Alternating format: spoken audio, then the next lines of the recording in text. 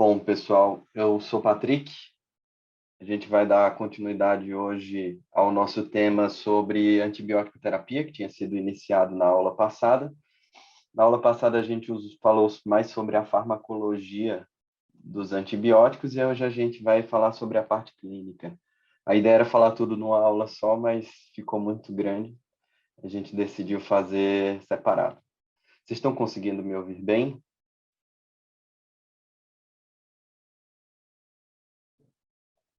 Alguém? Aqui tá bom, Patrick. Beleza, vamos dar continuidade então. Para hoje eu fiz a gente vai fazer uma dinâmica diferente.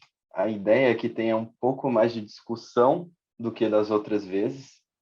Eu preciso da colaboração de vocês, porque vai ter algumas perguntas, alguns quizzes para a gente responder junto. E sobre as dúvidas que surgirem ao longo da aula, o ideal seria anotar e perguntar no fim da aula, para que a gente não tenha interrupção do raciocínio. Foi um feedback que a gente teve dos alunos da aula passada, e aí decidimos mudar para essa próxima aula. Tudo bem? Deixa eu ver se tem mais alguém entrando aqui. Deixa eu colocar o ícone como host.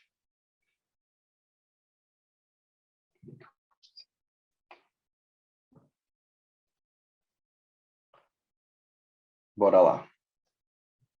Primeiro Beleza, falando... você tá com o host, tá? Pablo, Acho que o Pablo não está aqui. você passou o Ah, tá. host para quem? Desculpa. Para você. Ah, beleza. É que o meu tá no computador lá, mas já que eu volto. Não, agora eu perdi o host. Beleza, deixa eu dar continuidade aqui. Acho que o Pablo está falando alguma coisa.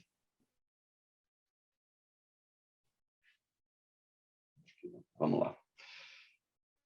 Inicialmente, a gente deve iniciar falando sobre os princípios da antibiótico terapia, né? Quais são os 4 pontos principais que a gente deve levar em consideração quando a gente pensa em iniciar uma antibiótico terapia para alguém. Na aula passada, a gente falou sobre os aspectos farmacodinâmicos, farmacocinéticos. Hoje, a gente vai focar só na parte clínica, e esses são princípios clínicos de introdução de antibiótico terapia, além daqueles princípios que a gente já falou sobre volume de distribuição e acúmulo nos tecidos, entre essas outras variáveis farmacodinâmicas e farmacocinéticas. Bom, quando é que a gente deve começar a antibiótico terapia?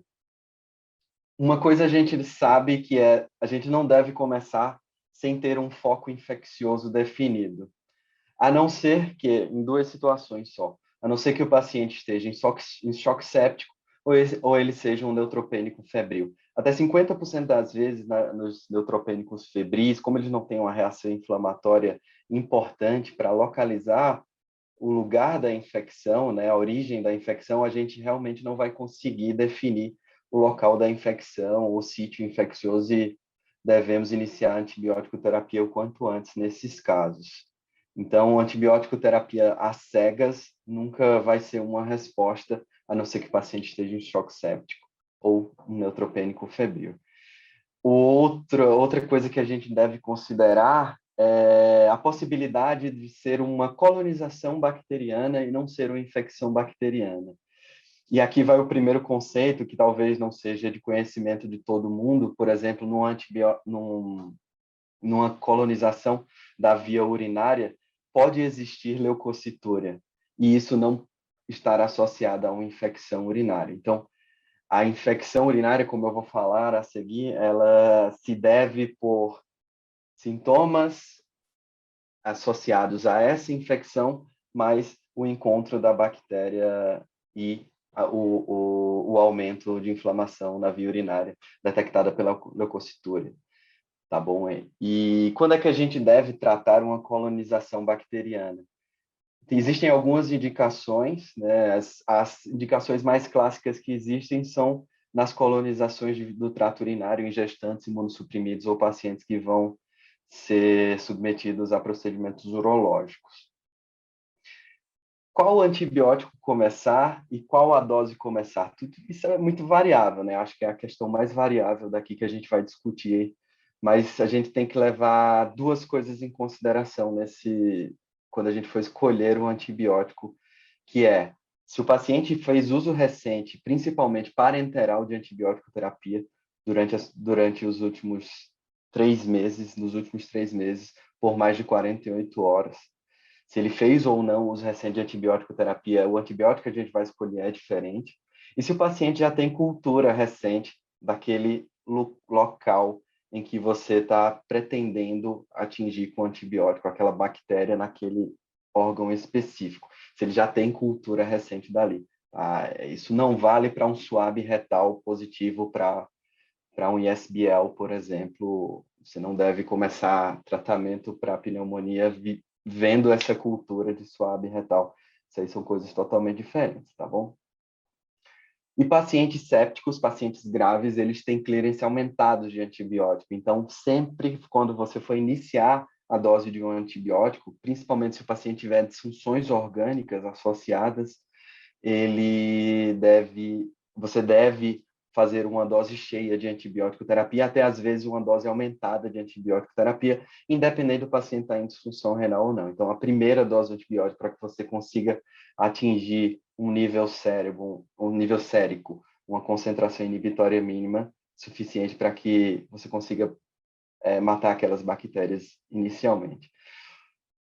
Outro princípio, descalonamento de antibiótico terapia e suspensão da antibiótico terapia. Sempre que você iniciar um antibiótico, você deve saber exatamente quantos dias aquele antibiótico deve ficar no paciente ou quantos dias você programa usar para aquele paciente e o descalonamento da antibiótico terapia assim que for possível, principalmente com culturas e antibiogramas, né? Sempre tem que estar reavaliando essa antibiótico terapia e quando sair a cultura, você vai pelo antibiograma e coloca um antibiótico específico para aquela bactéria. E se o paciente não melhora na falha de tratamento, o que pode causar falha de tratamento, né? Acho que o mais intuitivo que a gente faz nas nossas retaguardas, salas de emergência, UTI, é escalonar a antibiótico terapia, né? Você estava usando ceftriaxona, você coloca taso, você estava usando taso, você coloca mero, mas isso não está certo, tá, gente? Isso aí não é uma boa prática. Por quê, né? Por que eu estou falando isso? A maioria das falhas de tratamento, a maioria das causas das falhas de tratamento, a maioria das vezes, isso não vai estar associado a um antibiótico errado ou um antibiótico de baixo espectro. Na grande maioria das vezes, você errou o diagnóstico. Então, o paciente não está melhorando porque exatamente você não deu o diagnóstico correto daquela infecção, daquele sítio infeccioso específico. Ou se o paciente já tinha critérios anteriores a você iniciar a antibiótico terapia, de já fazer uma antibiótico terapia diferente da que você está fazendo agora.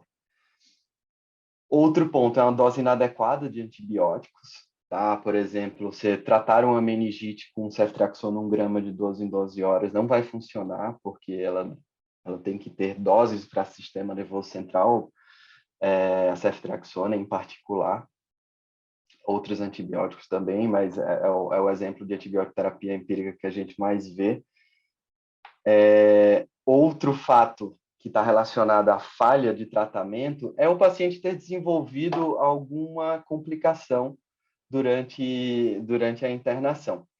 Se ele desenvolveu uma disfunção renal, uma nova insuficiência cardíaca, uma flebite associada ao acesso venoso, ou se o paciente está fazendo febre associada aos remédios que você está dando para o paciente.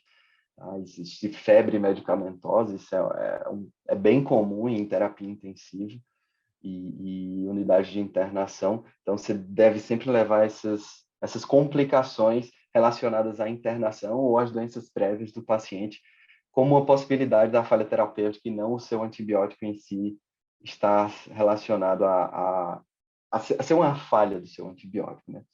E o outro ponto é a necessidade de abordagem cirúrgica, né? Às vezes você tem um abscesso hepático que não está melhorando e aí você tem que operar, ou uma colangite que você tem que fazer uma CPRE, porque senão o paciente não vai desobstruir a via biliar dele, ou abscesso pulmonar que não respondeu à antibiótico terapia, ou endocardite infecciosa que precisa de uma cirurgia cardíaca. Então, são geralmente relacionadas a complicações daquele processo infeccioso que você está tratando. Tá? E no nosso chat está o link da nossa lista de presença para que vocês assinem. Vamos para o próximo slide. Primeiro, com o caso de uma mulher de 67 anos, paciente com Alzheimer leve, com história de tosse produtiva, febre e confusão mental há 2 dias, que é transferida de um lar de idosos para o departamento de emergência. E, de acordo com o registro de transferência, ela não teve hospitalizações recentes ou uso recente de antibióticos.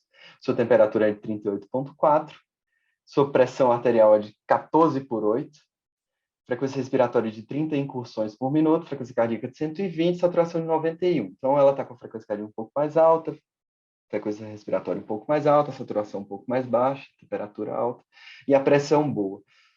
No exame físico, se escutam estertores crepitantes em ambas as bases pulmonares. O laboratório simples de início identificou um leucócito no limite inferior da normalidade, sódio um pouco baixo, ureia um pouco alta, e a radiografia confirma infiltrado em ambos os pulmões, tá? Essa questão aqui, ela foi um clinical solving problem do New England, então foi pré-Covid, tá, gente? Então, não vamos considerar essa possibilidade agora. Vamos lá, ver se alguém se arrisca a responder. Tem pouca gente, então a gente está fazendo uma coisa mais intimista, né, para a gente. Então, vamos ver se alguém se arrisca a responder as perguntas que a gente vai fazer. Alguém se lembra quais são as bactérias mais comumente encontradas em quadros de pneumonias bacterianas? Alguém se arrisca a responder?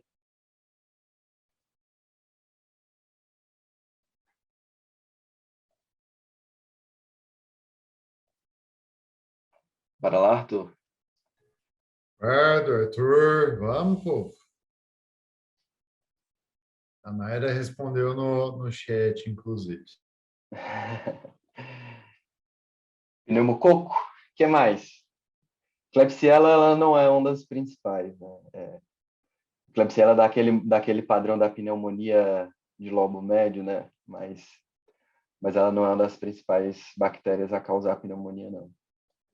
Patrick, o Alzheimer dela é acamado, alguma coisa assim? Não, Alzheimer leve. É um Alzheimer Tá. leve. Então não tem que pensar em flora de boca. Não. A gente pode até discutir sobre isso, se a gente precisa cobrir flora de boca ou não. Mas vamos lá. Primeiro... Patrick, Fala. como ela é moradora de casa de repouso, tem maior risco para gram-negativo anaeróbio, né? Perfeito. Isso aí é uma discussão muito interessante sobre pneumonia.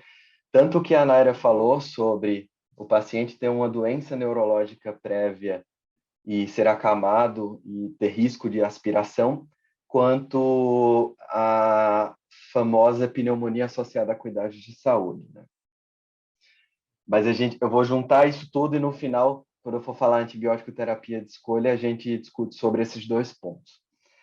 Então, quais são os parâmetros clínicos e laboratoriais que você usa para escolher a antibiótico terapia? Primeiro parâmetro clínico-laboratorial é dar o diagnóstico da doença. A pneumonia, o diagnóstico é dado por 2 coisas simples, né? Pode ser 3, né? Seria a história clínica compatível com pneumonia, exame físico compatível com pneumonia, e aí por que eu não queria colocar 3 coisas e sim 2?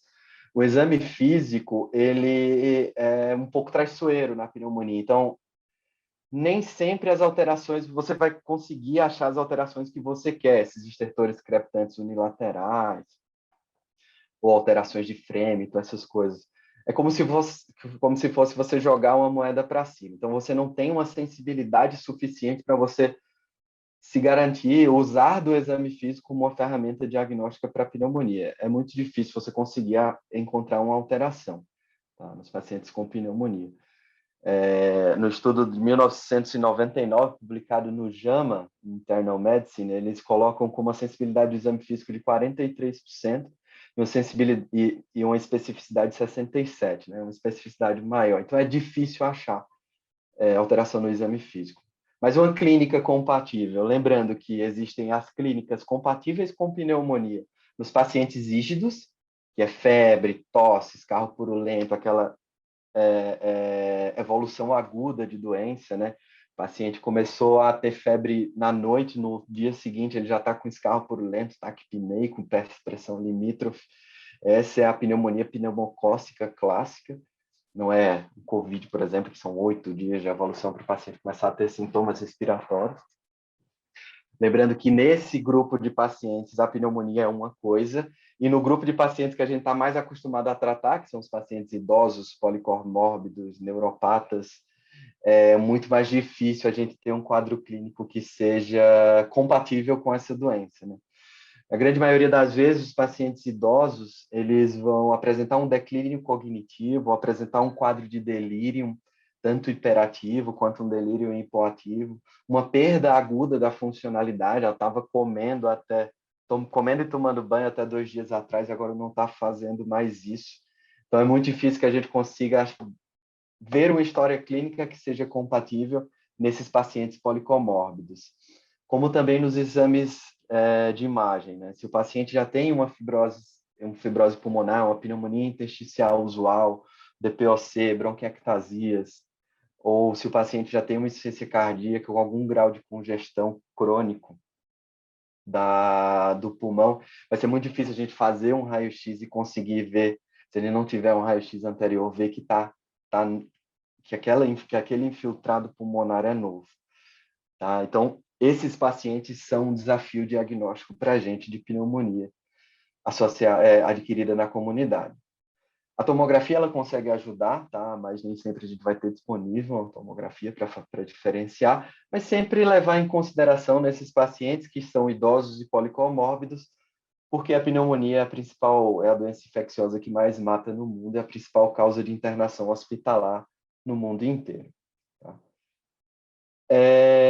E o que é que eu uso para escolher antibiótico terapia? O que eu vou usar para escolher antibiótico terapia são parâmetros da clínica do paciente, de como o paciente se apresenta, parâmetros demográficos, se ele é homem ou mulher, qual é a idade do paciente, e alterações no exame de imagem, se é uma pneumonia unilobar, multilobar. Tudo isso faz com que a gente mude a antibiótico terapia. Eu acho que a pneumonia ela é uma doença que ela é diferente de todas as outras porque a gente escolhe o antibiótico pela potencial gravidade da doença. Em todas as outras doenças infecciosas, como a gente vai ver, o paciente pode estar chocado ou não chocado, ou ele tem uma disfunção orgânica ou não tem disfunção orgânica, a antibiótico terapia não vai mudar. Mas na pneumonia ela muda. Porque os pacientes que têm menor risco, eles são candidatos a usar um grupo de antibióticos, e pacientes de maior risco, eles são candidatos a usar outro grupo de antibióticos. E qual que é a antibiótico terapia de escolha? Digamos que essa paciente ela tem uma pneumonia adquirida na comunidade, tem um infiltrado pulmonar, tem febre, tosse, dispneia, uma saturação mais baixa. Eu quero começar antibiótico para ela, mas eu não tenho cultura para me guiar esse antibiótico. Alguém se arrisca qual seria a antibiótico terapia de escolha nesse paciente?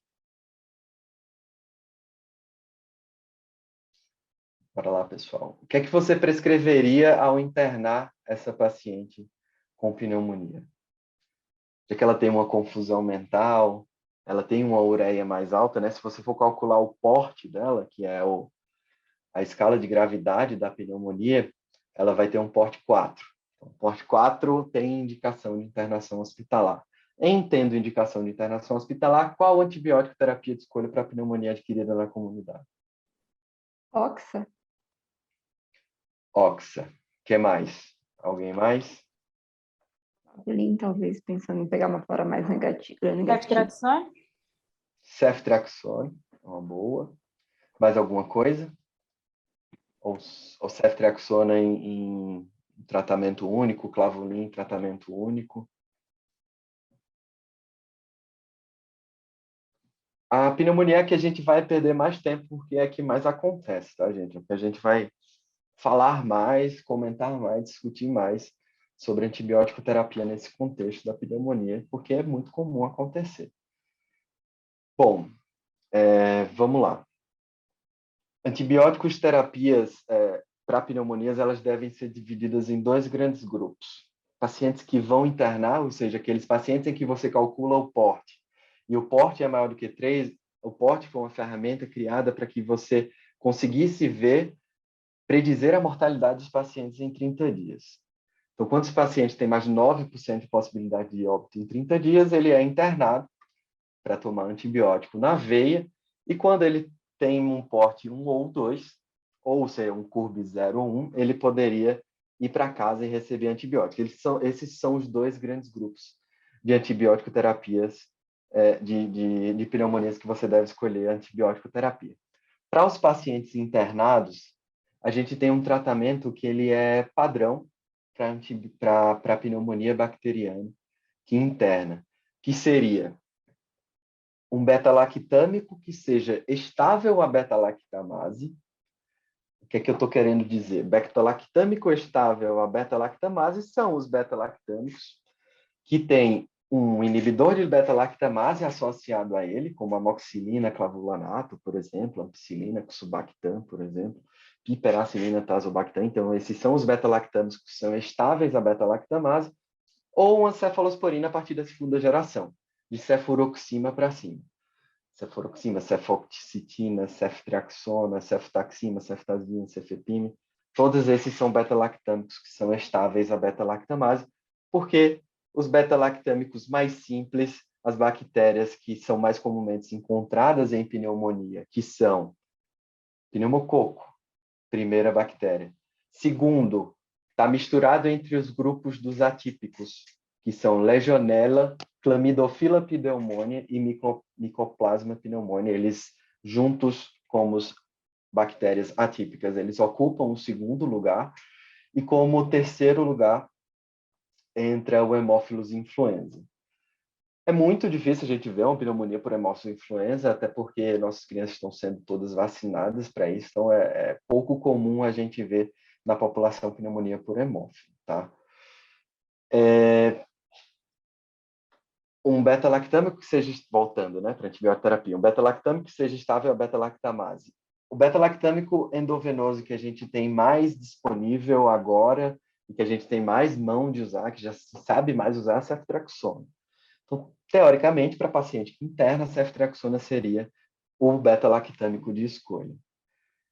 Mas existem também as bactérias atípicas, mas não só por isso.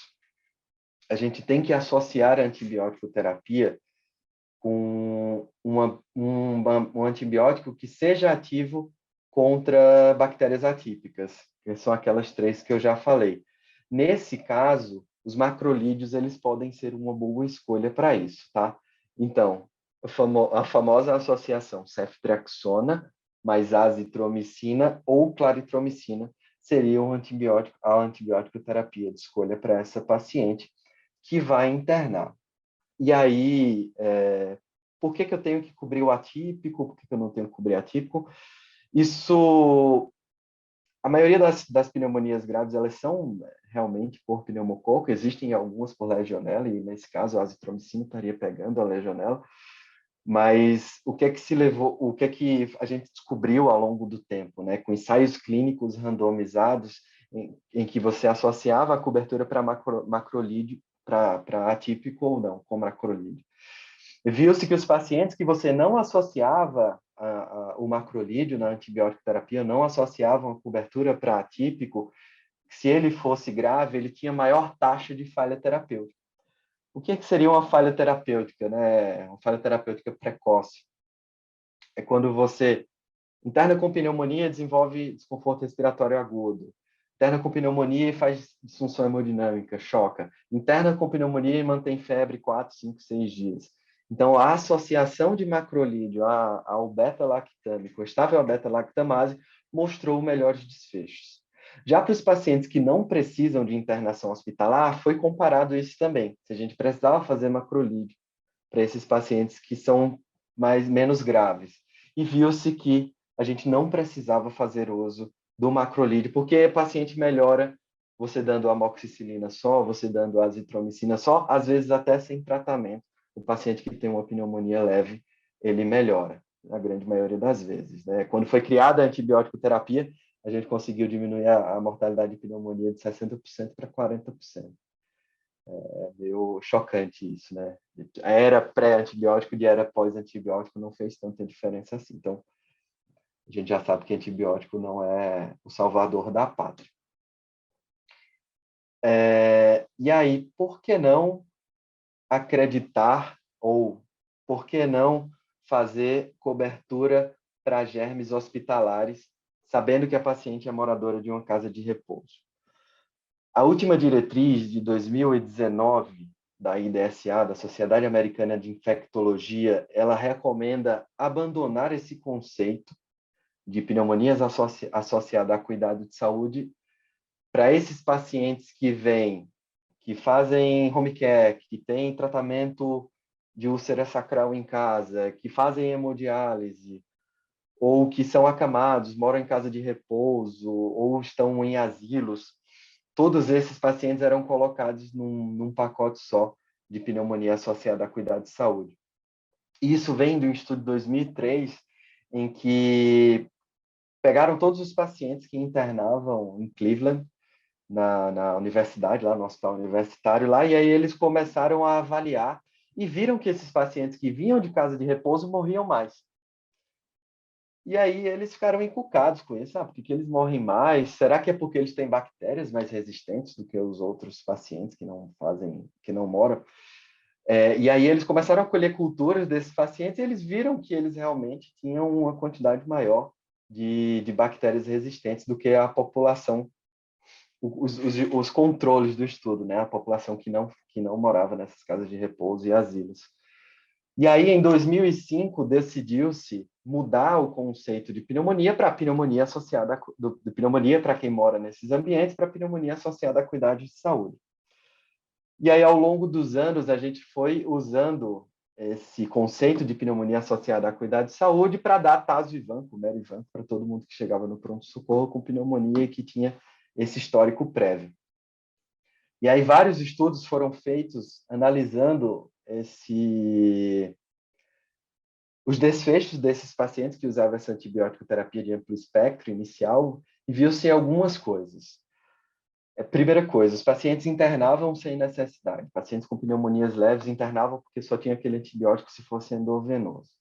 Os pacientes ficavam mais dias internados, porque eles precisavam tomar aquela antibiótico terapia completa. O grau de resistência bacteriana aumentou. Então, esses pacientes desenvolveram, e os hospitais em que esses pacientes tiveram contato, desenvolveram uma flora mais resistente de bactérias. Esses pacientes tiveram mais complicações associadas ao uso de antibiótico terapia, como Clostridium, por exemplo. E em todos os estudos que foram subsequentes a esse estudo de Cleveland, não conseguiram identificar que esses pacientes realmente eram colonizados por bactérias mais resistentes ou que essa colonização em algum momento se correspondesse a uma infecção pulmonar. E aí tem um estudo que é o IMPACT-HAP, né, HAP do Lancet, que ele mostra um aumento de mortalidade associado ao uso desse conceito de pneumonia associada a cuidado de saúde e você seguir esse protocolo que estava na diretriz de 2005. E esse estudo é de 2015 e 2019, a IDSA, Sociedade Americana de Infectologia, lançou essa recomendação, essa nova diretriz, em que eles reavaliam tudo que eles já tinham falado anteriormente, 12 anos depois da última diretriz, e ele recomenda abandonar esse conceito. E quando é que a gente deve considerar que o paciente tem um bicho resistente dentro do pulmão dele? Se ele usou antibiótico terapia endovenosa por mais de 48 horas nos últimos 3 meses, ou se ele ficou internado no último mês por mais de 48 horas. Se você for ler em alguns lugares, eles falam internação nos últimos 3 meses. Então, isso é livre para você querer usar como critério 1 mês ou 3 meses. se você depende da literatura que você está vendo e que você está se apoiando, tá? Internação recente, o uso de antibiótico terapia endovenosa recente. Nesse caso, o paciente tem uma pneumonia muito possivelmente associada a germe resistente.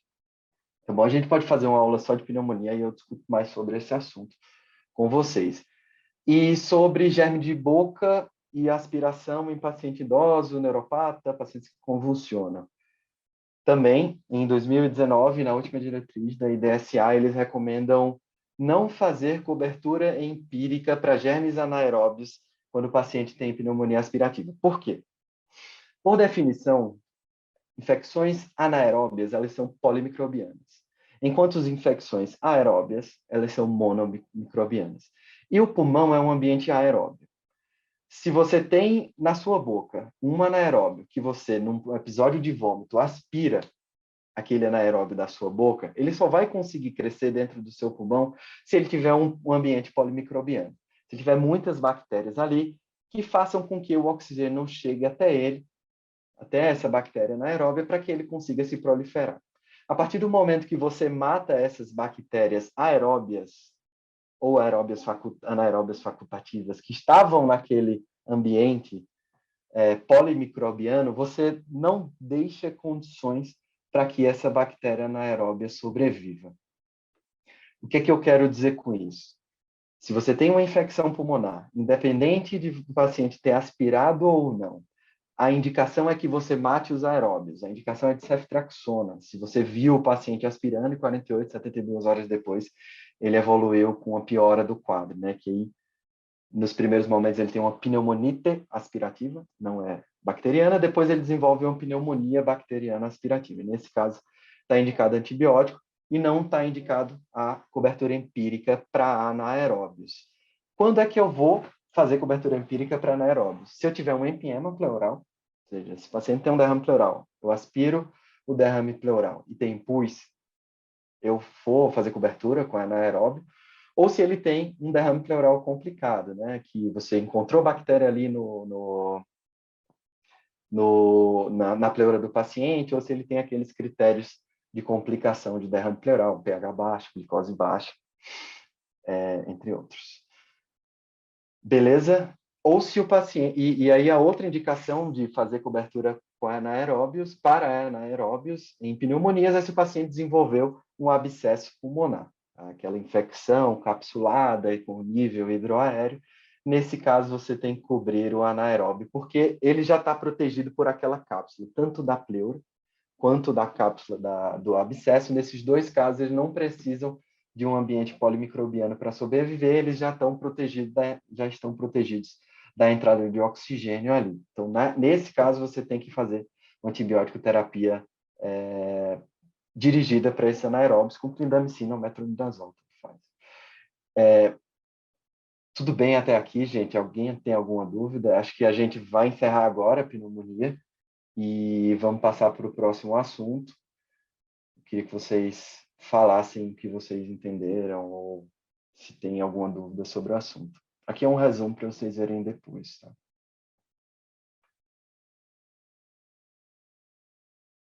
Vai lá, Arthur, Pablo, Gabriel, Naira. Alguém quer falar alguma coisa? Sem dúvidas, Patrick. Por mim, pode seguir. Beleza. Vamos para frente. Próximo caso é de um paciente, caso simples. Jovem de 19 anos, levado ao médico com a queixa de cefaleia de forte intensidade, febre alta, 42 graus, 40,2 graus, desculpa. Eu não copiei. Ele vomitou o dia todo e quando você deitou ele na maca para examinar, ele apresentava rigidez de nuca e gritou quando você mexeu no pescoço dele. Estava um pouco confuso também, e ao fazer o exame físico do corpo todo, você vê essas lesões aqui, bem tímidas, que são petequias. Qual exame deve ser solicitado nesse momento? Alguém se arrisca? A resposta está aqui atrás, né? É um líquor. Um exame, uma punção lombar com o exame do líquido cefalorraquidiano do paciente, tá? Por que eu não faço uma tomografia antes? Porque o paciente não tem nenhuma indicação de realizar tomografia. Quais são as indicações de realizar tomografia na suspeita de meningite bacteriana aguda antes de realizar a punção lombar pelo risco de herniação transtentorial? Se o paciente for imunossuprimido, se o paciente tiver com rebaixamento do nível de consciência ou algum déficit neurológico focal, se o paciente tem também histórico de uma massa na cabeça, de neoplasia intracraniana, ou está fazendo tratamento para alguma infecção, um abscesso ou um sangramento intracraniano, alguma coisa assim. Ou se o paciente também, se ele tem... que mais? Se ele tem déficit neurológico focal, se ele tem confusão mental, se ele é imunodeprimido, confusão mental não, rebaixamento de nível de consciência, se é imunodeprimido, se tem déficit focal e se o paciente tem papiledema, ou seja, um sinal de aumento de pressão intracraniana, e se ele também pode ser visto por aumento na ultrassonografia do diâmetro do nervo óptico, tá? Acima de 6 milímetros, a gente pode ver isso. Não sei que nem todo mundo está familiarizado com fazer exame de fundo de olho e ver papiledema, mas o ultrassom é bem mais simples de fazer. Tá bom? Nessas indicações, você teria que fazer a tomografia antes, mas nesse paciente em específico, a coleta de líquor deve ser urgente. Idade maior de 60 anos não seria uma indicação para TC antes da punção, não que eu tenha visto. Não que eu tenha visto. Deve ser em alguma literatura que pode ter isso, mas a literatura que eu levantei, eles não colocam idade acima de 60 anos como indicação de tomografia antes. Qual exame a ser solicitado? Líquor. E o líquor vem com 20 mil células, é mais leucócito no sangue, no líquor do que no sangue do paciente, 98% neutrófilos. A glicose no líquor é de 15, com glicose sérica de 87, menor do que 40%, né? A relação entre a glicose do líquor e a glicose sérica, e a proteína do líquor é de 140, uma proteína aumentada. Esse aqui tem um líquor normal, esse aqui é um líquor turvo, e esse aqui é um líquor sanguinolento. Quais as bactérias mais comumente encontradas nas meningites bacterianas agudas? Alguém se arrisca? Pneumo e meningo, hemófilos. Boa. Tá perfeito. Pneumonia seguido por listéria, né? Nos adultos, né, geralmente. Boa. Bem lembrado, Pablo. De 5 anos para cá, o número de meningites por hemófilos quase zerou, por conta de vacinação mesmo, tetravalente, né? A gente tem muito pouco caso de hemófilos e quando a gente vai pegar nos grandes ensaios, nas grandes coortes, eles nem consideram mais hemófilos como uma possibilidade de meningite bacteriana por conta da vacinação em massa das nossas crianças, que agora são adultos, adolescentes.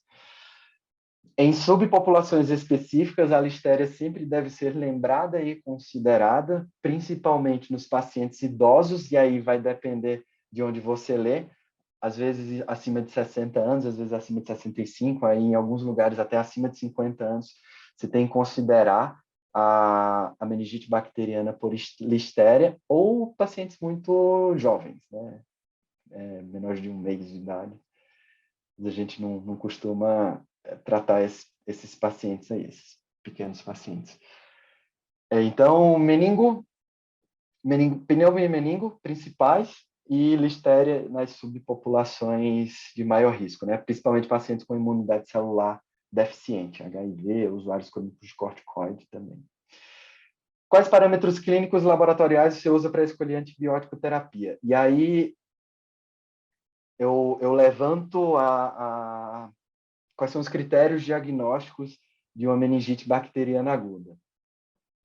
Quadro clínico sugestivo, ou seja, o paciente que tem tem uma tríade clássica, né, que é cefaleia, rigidez de nuca, febre, cefaleia e confusão mental, mas nem sempre isso vai estar presente.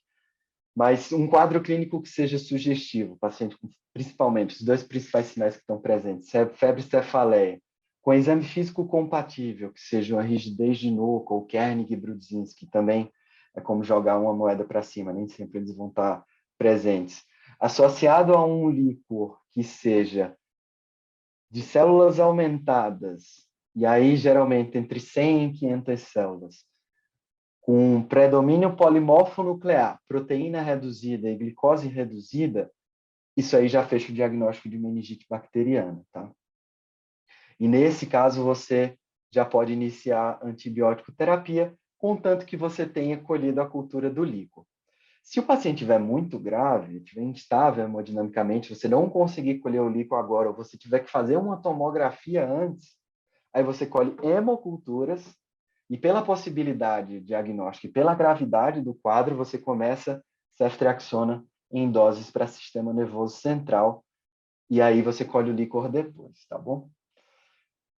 E já falei qual que era o antibiótico de escolha nesse caso, é ceftriaxona 2 gramas de 12 em 12 horas. Ceftriaxona não penetra muito bem no sistema nervoso central, barreira hematoencefálica, mas quando as meninges estão inflamadas, ela penetra muito bem. E aqui eu dividi para vocês subgrupos de populações em que vocês devem considerar mudar a antibiótico terapia, e aí ela não vai ser mais a ceftriaxona 2 gramas IV de 12 em 12 horas. Principalmente se o paciente tiver um TCE em vigência do tratamento do TCE, né? Não é um paciente que teve TCE 20 anos atrás. Pacientes com que foram submetidos na internação a uma neurocirurgia, ou pacientes que têm válvulas de derivação licórica, tanto ventrículo atrial quanto ventrículo peritoneal, ou ventricular externa também. E aí, nesse caso, as bactérias mais prováveis para essa infecção mudam. Elas viram bactérias de hospital. Staphylo aureus ou Staphylos coagulase negativo, epidermides, entre outros, Pseudomonas aeruginosa e o Acinetobacter. E aí, nesse caso, a indicação de antibiótico terapia empírica, ela vai para vancomicina e um beta-lactâmico que seja ativo contra Pseudomonas. Por que eu falo, coloquei aqui ceftazidime porque é o que o manual do HC recomenda. Mas tem lugar que as bactérias vão nadar em ceftazidime, não vai funcionar. Se a flora do seu hospital for de SBL, aí você cobre com bactéria, com antibiótico pré-ISBL. E aí eu vou explicar para vocês o que é SBL, o que é KPC, essas coisas. Então, vocês podem começar taso, mero, sempre lembrando de corrigir quando for necessário para a dose de sistema nervoso central. Se o paciente tem uma fístula licórica de nariz, por exemplo, já vi um paciente que fez uma fístula licórica por um PCR, um swab nasal para coronavírus. É clássico esse, saiu até nos WhatsApps da vida, o paciente que fez uma fístula licórica por isso. E isso aumenta o risco que ele está em contato com a cavidade colonizada, o líquor fica em contato, o espaço subaracnoide fica em contato com aquela cavidade colonizada. E aí você não muda a antibiótico terapia, seria ceftriaxona mesmo. Só lembrando que a maior colônia de estáfilo no corpo é intranasal, né? Então, nesses casos, sempre vale a pena ter um restinho de pensamento para estáfilo aureus. Exato. Mas como ainda nossos estáfilos do Brasil são OXS, né? Aqui por pouco tempo, aí a gente não, teoricamente, a gente não precisa fazer uma cobertura específica para eles. A ceftriaxona não pega muito bem, mas ainda pega Staphylo aureus. Para pacientes gestantes, né, imunossuprimidos, portadores de HIV ou acima de 50 anos, adicionar cobertura para listéria com ampicilina. E aí a ampicilina 2 gramas de 6 horas seria a dose na meningite bacteriana aguda. Tá? Alguma dúvida sobre meningite, pessoal? Eu ainda vou mostrar algumas coisas para vocês. Passa para frente, então. Aqui eu deixei para vocês verem depois os antibióticos que entram nas meninges, tá? Os que entram na meninge, mesmo sem a meninge inflamada, e aqui eu destaco o metronidazol, tá? Usado em abscessos cerebrais, então não precisa que a meninge esteja inflamada para que ele entre lá. Então, às vezes, o abscesso cerebral ele não tem meningite, então o metronidazol ele vai conseguir penetrar no cérebro do paciente. E quando a meninge está inflamada, muita coisa entra dentro da barreira hematoencefálica, tá? Então, quase todos os antibióticos eles funcionam nesse contexto de meningite aguda. Vamos lá. Próximo caso. Uma mulher de 77 anos se apresenta no PS com febre, calafrio, dor em flanco, aqui na frente, né? Urina turva e com odor fétido. Ela tem um histórico médico de cálculos renais e recorrentes infecções do trato urinário. O exame físico revela uma mulher ligeiramente ansiosa, com temperatura de 38,3 e sensibilidade à percussão sobre o flanco direito. Sua urina é enviada ao laboratório de microbiologia para exames formais, como urinão e urocultura. O urinão identifica mais de 100 leucócitos por campo, 50 hemácias por campo e 4 cruzes de bactérias.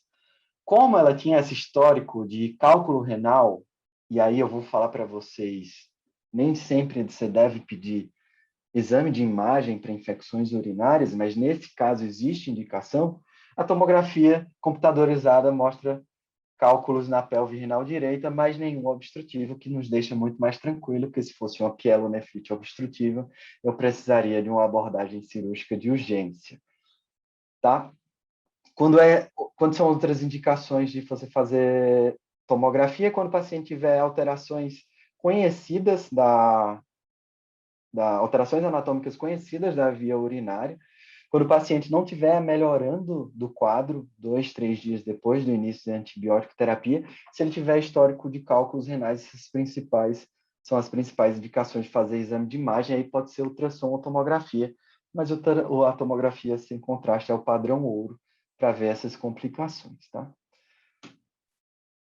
Quais as bactérias mais comumente encontradas nesse caso? Se vocês fossem chutar uma bactéria que vocês têm que cobrir em infecção urinária, qual seria? Alguém? Alguém? E. coli. Boa, E. coli. E. coli é responsável em alguns estudos até por 95% das infecções do trato urinário, tanto altas quanto baixas, tá, gente? Então, ela é muito comum. Quais são os parâmetros clínicos e laboratoriais que você deve escolher você usar para escolher antibiótico terapia? Critério diagnóstico de infecção urinária são sintomas urinários, tá? Sintomas relacionados ao trato urinário, mais a presença de um aspecto inflamatório no exame de urina 1. Que seria esse aspecto inflamatório? Leucócito aumentado, esterase leucocitárias também podem ser utilizadas como um sinal de inflamação do rim. Precisa fazer urina 1 sempre que eu dou diagnóstico de infecção urinária na mulher? Não, tá? Não precisa. Os quadros de infecção urinária em mulher são muito comuns, tá? Se estima que grande parte das mulheres vai ter alguma infecção urinária na vida, e aquele exame de urina ele não vai mudar a sua conduta, tá? A urina 1 ela não ajuda quando o quadro é muito típico de infecção urinária. Então, apesar dele fazer parte dos critérios diagnósticos de infecção urinária, não é recomendado fazer em todo mundo. A não ser que você tenha dúvida do diagnóstico, ou o paciente esteja mais grave, ou você esteja fazendo um rastreio infeccioso num paciente com febre e delírio, um idoso com febre e delírio, por exemplo. E aí, nesse caso, você pode usar a urina 1 para lhe ajudar nesse diagnóstico de infecção urinária. Mas mulheres rígidas, que não têm doenças, não precisa colher urina 1 para dar diagnóstico de infecção urinária nem alta e nem baixa. Tá? Infecção urinária alta é quando você tem sintomas sistêmicos associados à infecção urinária baixa. Né? Você tem aquela desúria, polaciúria, urgência miccional, mais uma dor em flanco, mais náusea, vômito, febre, confusão mental também pode ser identificado como um sinal sistêmico de doença, e aí quando você tem sinais sistêmicos, quer dizer que a bactéria não está só na bexiga, ele subiu para o rim, que é o principal mecanismo de infecção do trato urinário, hematogênico ou por contiguidade é quase nulo, é quase zero a possibilidade de você ter uma infecção de urina. Nesse contexto, eles geralmente são infecções urinárias ascendentes. Qual que seria a antibiótico terapia de escolha nesse caso? Nesse caso, ele fala sobre infecções urinárias de repetição, mas ele não coloca o tempo. Nem ele trouxe para a gente nenhuma cultura prévia.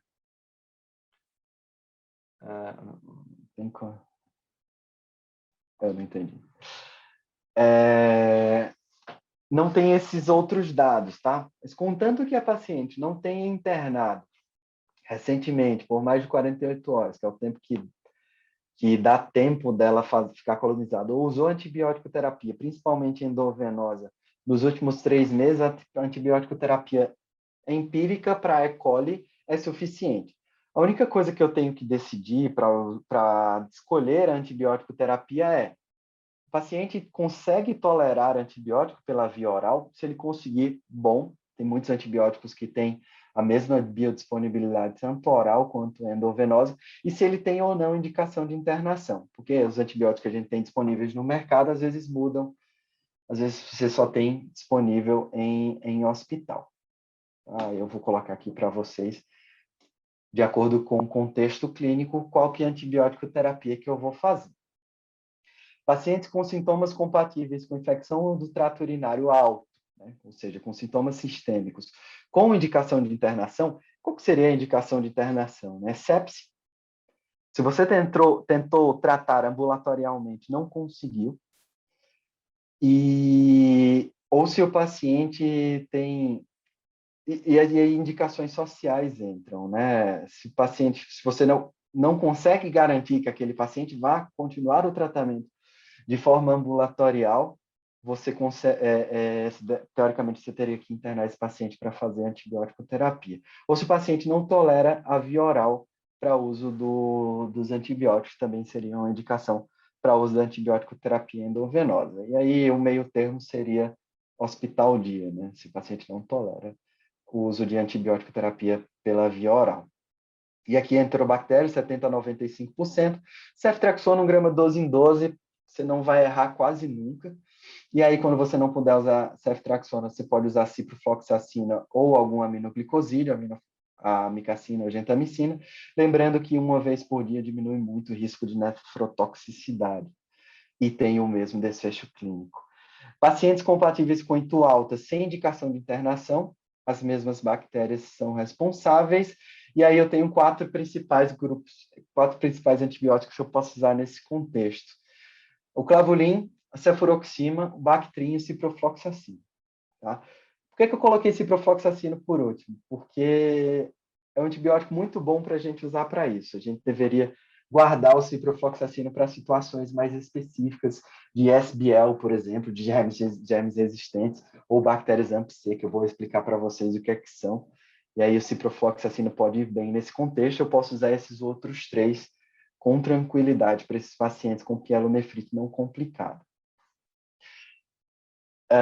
E pacientes com sintomas compatíveis de ITU baixa, né? Cistites. Quais antibióticos eu posso usar para cistite? Bactrim, norfloxacino, ácido nalidíxico e nitrofurantoína. Por favor, não façam mais fosfomicina 1 grama dose única para os pacientes com cistite, porque, mesma coisa, vocês devem guardar a fosfomicina para bactérias multiresistentes, tá? A fosfomicina funciona contra ISBL, a fosfomicina funciona contra KPC, e quando o paciente tiver cistite por isso, se você já tiver usado a fosfomicina antes, ele vai ser resistente. Então, vamos guardar a fosfomicina, o famoso monoril, para quando o paciente tiver uma infecção baixa do trato urinário, que seja por um germe multiresistente.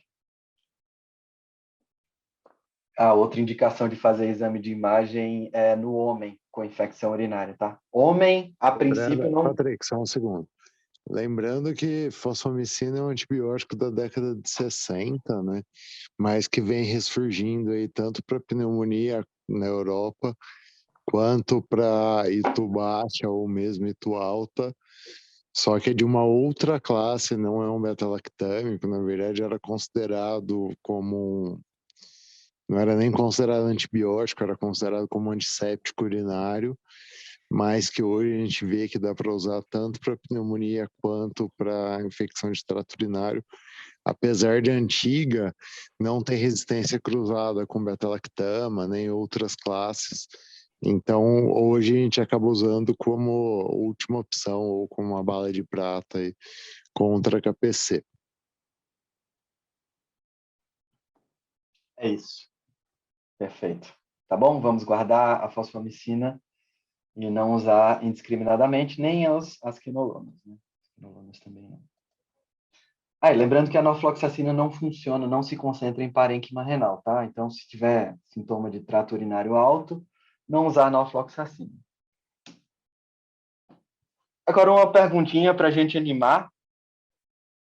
O paciente começou a tomar ceftriaxona e o antibiograma revelou um proteus multissensível. No entanto, depois de 72 horas, o paciente piora, com febre alta. Ele já estava em uso de ceftriaxona, tá, gente? Com febre alta, dor contínua em flanco e calafrios. Quais das opções a seguir é a razão mais provável para este declínio clínico? Vamos lá. Cálculos infectados não são tratados com antibiótico terapia e devem ser sempre removidos via cistoscopia. Contanto que o cálculo seja obstrutivo, isso é uma verdade. Se o cálculo não for obstrutivo, isso não é uma verdade, tá? A gente sabe que cálculos coraliformes são biofilmes e que eles devem ser tratados em algum momento. Mas isso não faz com que o paciente em vigência de antibiótico terapia piore clinicamente, né? Isso aumenta a taxa de recidiva de infecção, mas no quadro agudo, os cálculos não são responsáveis por isso, contanto que eles não sejam obstrutivos. Isso não é um EITU, mas sim uma cólica renal. A gente viu pela tomografia, que é o exame padrão ouro, que não tinha cálculo obstrutivo, então se não tem cálculo obstrutivo, não tem cólica renal. E o organismo adquiriu uma bomba de efluxo de OMP2B, transmitida por plasmídio, que está fazendo a ceftriaxona não ter efeito. A gente não costuma ver, durante a antibiótico terapia, esse tipo de resistência bacteriana, né? Isso aí, as bactérias já nascem com elas, as bombas de efluxo. Lembrando que os mecanismos de resistência bacteriana são 4, tá? Não são muitos, principalmente dos gram-negativos, né? Eu vou falar dos gram-negativos porque a gente está falando sobre sistema urinário, que a principal causador são os gram-negativos.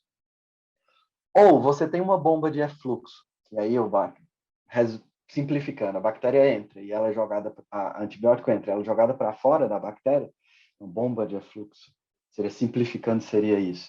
Ou ele mutou a proteína ligadora de penicilina, ele teve uma mutação naquela proteína em que o nosso antibiótico funciona e o antibiótico não consegue mais se ligar naquela bactéria. Tá? Esse é o segundo mecanismo. O terceiro mecanismo é que tem algumas porinas, alguns buracos na parede da bactéria que o antibiótico usa para entrar na bactéria. E aí, às vezes, a bactéria muta essas porinas e fecha esses buracos. E aí, o antibiótico não pode mais entrar dentro daquela bactéria. Esse é o terceiro mecanismo de resistência bacteriana. E o quarto mecanismo de resistência bacteriana é ele criar um aparato que ele faz com que o antibiótico beta-lactâmico que chega lá seja hidrolisado, seja quebrado, que são as famosas beta-lactamases. Tá? Esses são os 4 principais mecanismos de resistência bacteriana. E a beta-lactamase, em específico, um grupo de beta-lactamases, eles conseguem aprender a virarem resistentes durante o tratamento, que é especificamente o AMP-C, que eu vou falar um pouco mais tarde. E outro mecanismo que pode fazer com que a bactéria aprenda a virar resistente, e aí e aí desenvolver beta-lactamase, é como se uma bactéria, né, você está lá examinando o paciente do leito 1, aí não lava a mão, vai examinar o paciente do leito 2. Aí você leva aquela bactéria gram-negativa do leito 1 para se encontrar com a bactéria gram-negativa do leito 2. E aí, quando a bactéria gram-negativa do leito 1 chega na bactéria do leito 2, ela dá um pendrive com informações para que essa bactéria também fique resistente aos antibióticos. Então, eles vão ensinando as outras bactérias a ficar resistentes. Isso é chamado de mecanismo plasmidial de resistência bacteriana, tá bom? Esse é um dos mecanismos que a gente tem dentro da criação das beta-lactamases. A quarta pergunta, letra D, é: o organismo não é realmente o que foi identificado, na verdade é um acineto, que é bioquimicamente indistinguível do patógeno identificado. Não, isso aqui não tem nada a ver. E letra E, não tem essa diferença, não tem essa semelhança entre acineto e proteus. E a letra E, o organismo tem o gene AMP-C induzível, que foi ativado na presença de uma ampicilina e agora é resistente. Ou ceftriaxona, né? Tanto faz. Vamos lá. Essa é a resposta, tá? É um gene AMP-C, mas o que seriam os genes AMP-C? Quando eu falei para vocês do quarto mecanismo de resistência bacteriana, que ele estava associado à criação de aparatos tecnológicos bacterianos que faziam com que o seu antibiótico não fizesse efeito, principalmente os beta-lactâmicos. O Ambler fez uma classificação em 4 grupos desses tipos de beta-lactamases que as bactérias gram-negativas produzem. E aí ele separou em classe A, B, C e D. A classe A é a classe das penicilinases da serino beta-lactamases, que os 2 grupos mais famosos de beta-lactamases são as ISBL, que são as beta-lactamases de espectro estendido, que são as bactérias que são resistentes às cefalosporinas, principalmente, e aí elas funcionariam contra beta-lactâmicos e piperacilina, tazobactam, somente, né? Ou antibióticos de outras classes. E outra é a KPC, que é a Klebsiella pneumoniae, carbapenemases, que são um grupo também. E aí, Klebsiella pneumoniae, ele é dado esse nome porque foi na Klebsiella a primeira vez que identificaram esse mecanismo de resistência, essa carbapenemase, mas não é só a Klebsiella que tem ela não, tá? Pode ser acineto, pode ser pseudomonas, todas elas podem ter uma Klebsiella pneumoniae carbapenemase. Tá? Isso aí é porque quiseram homenagear a bactéria e aí deram esse nome. E aí é uma serina beta-lactamase que faz com que agora ele não seja só resistente às cefalosporinas e às penicilinas, por exemplo, mas também ganhe resistência aos carbapenêmicos, e aí você fica quase sem opções de tratamento. Tá? Depois eu vou falar qual que seria uma opção de tratamento para uma KPC, mas a gente já falou na outra aula, né? Se alguém tiver uma dúvida, pode perguntar. A classe B são as metalobeta-lactamases, elas têm essa enzima, e aí elas conseguiram adicionar um ou dois pares de zinco na estrutura, e aí elas viraram enzimas metálicas que acabam com antibióticos. A mais famosa é a New Delhi metalobeta-lactamase. Não tem muito no Brasil, mas eu já vi um caso, e é uma catástrofe para tratar. A classe C é exatamente do caso dessa paciente, são as AMP-C beta-lactamases, e aí o principal mecanismo, o principal tipo de AMP-C, ela é cromossomial, ou seja, a bactéria, entre aspas, nasce com esse gene, mas ele às vezes expressa antes de estar em contato com o antibiótico, e às vezes ele expressa depois de entrar em contato com o antibiótico. É como se o antibiótico entrasse lá dentro da bactéria e aí ele descobrisse que ele tem guardado na gaveta uma pistola que ele consegue atirar e aí matar essa bactéria que acabou de entrar, mas ele nem sabia que essa pistola existia. É como se fosse isso. Ele é um AMP-C, é uma beta-lactamase induzível. E aí ele é induzível pelo uso de antibióticos. Esses antibióticos são principalmente as penicilinas e as cefalosporinas, abaixo da 3ª geração. Quando você usa cefepime, ou tazocin, ou carbapenêmicos, você não consegue induzir beta-lactamase, a AMP-C, ou consegue induzir pouco. Quais são as principais bactérias que fazem parte desse grupo? E a gente tem que saber, porque não pode cair nessa pegadinha de começar um antibiótico, tipo uma ampicilina ou uma ceftriaxona, se o paciente tem um Enterobacter, por exemplo. Ele não pode fazer isso, tá? Tem que estar atento. Os principais participantes desse grupo são Morganella, Serrácea, Proteus, Aeromonas, Citrobacter, Enterobacter, Providência e... acho que é isso, né? Proteus. Acho que eu já falei Proteus, né? E Proteus. Esses são os principais participantes dessa AMP-C. Tá? As AMP-Cs também podem ser plasmidiais, então bactérias gram-negativas podem ensinar AMP-C a outras bactérias, mas isso não é mais comum. O mais comum é esse grupo específico que eu falei agora, Serrácea, Proteus, Aeromonas, Citrobacter, Enterobacter, Morganella, Providência, eles já nascerem com esse gene e expressarem quando forem expostos a uma cefalosporina ou uma penicilina. A classe D são as oxacilinases, mas elas nem existem quase, só lá no Oriente Médio. São mecanismos de resistência bem robustos também, bacterianos, das bactérias gram-negativas. E aí eu trouxe esse perfil de antimiograma de especificamente enterobactérias, que existem alguns padrões de antibiograma que fazem com que a gente suspeite de uma resistência específica, tá? A forma comum é ele ser multi-S, né? Especificamente o Enterobacter, ele é resistente à ampicilina, mas isso aqui não é um mecanismo específico dos casos que a gente falou, é só uma beta-lactamase de espectro restrito, não é estendido, mas o que importa é daqui para frente, né? A AMP-C beta-lactamase, ela tem esse marcador aqui, deixa eu ver aqui. Ele tem esse marcador aqui, que é a cefoxitina R. Então, se você vir que as bactérias, tem uma bactéria gram-negativa, que ela é, por exemplo, ela se apresenta sensível à ceftriaxona, mas ela é resistente à cefoxitina, isso não faz sentido.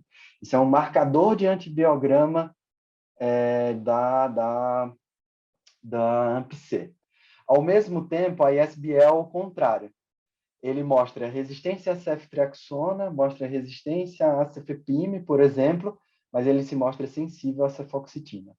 Tá? Isso é bem característico, né? Não só isso eles usam para dar esse...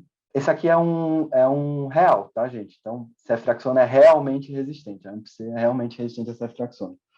Não é só do antibiograma falso, tá? Esse é um perfil de real, mas eu estou falando como é que ele viria no antibiograma.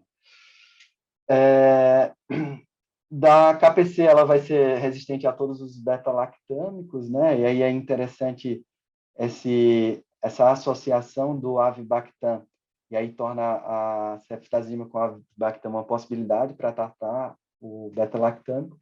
E essa New Delhi metalo-beta-lactamase, ela tem um marcador que ela é o astreonan sensível, tá? Que é um marcador específico desse tipo. Porque nem sempre eles fazem testes para todos esses, tá, gente? Então, se você vê um gram-negativo que ele é cefoxitina R e sensível a antibióticos mais modernos, então possivelmente ele vai induzir um AMP-C durante seu tratamento. E aí, por exemplo, um ISBL, se ele for cefoxitina S, ceftriaxona R, então também você já suspeita disso. Tá? Quem tiver alguma dúvida pode perguntar depois, que eu sei que é um pouco complicado isso aqui. Vamos para o próximo caso. Eita, como é que tira isso aqui?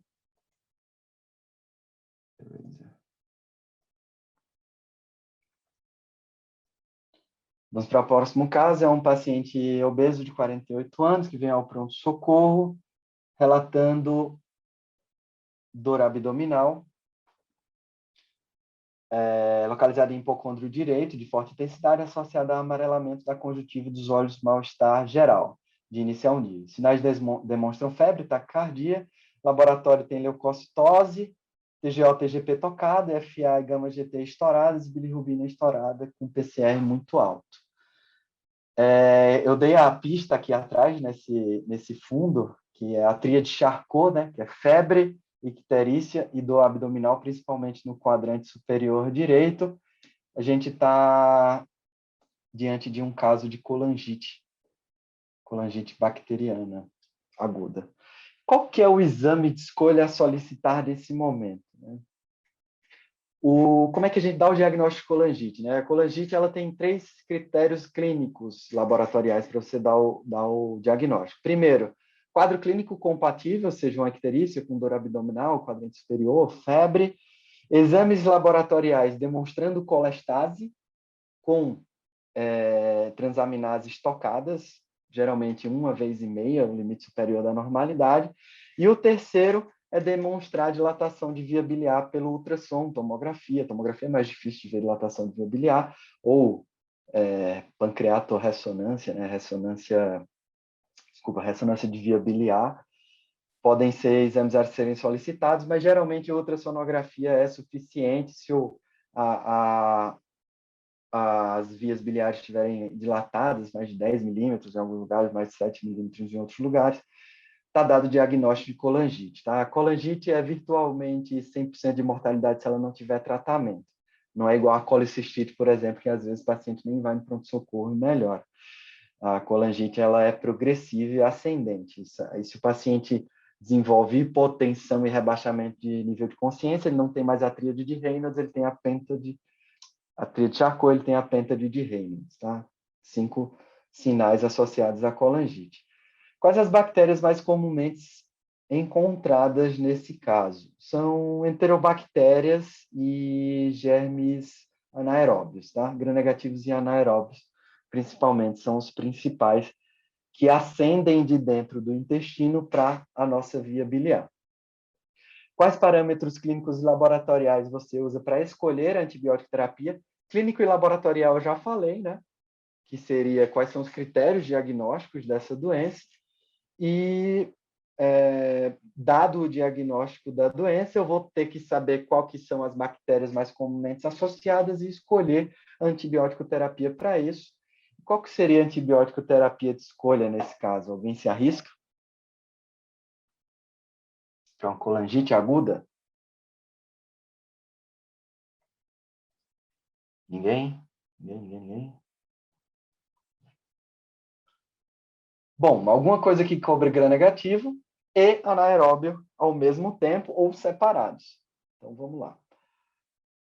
Para colangites adquiridas na comunidade, eu tenho enterobactérias, bacterióides e clostrídio como os principais e os enterococos, que são bactérias gram-positivas, como a menor possibilidade. Tá? O tratamento empírico inicial ele pode ser feito com ceftriaxona mais metronidazol, com cipro mais metronidazol, ou com somente moxifloxacino, já que é uma quinolona que tem ação contra anaeróbios.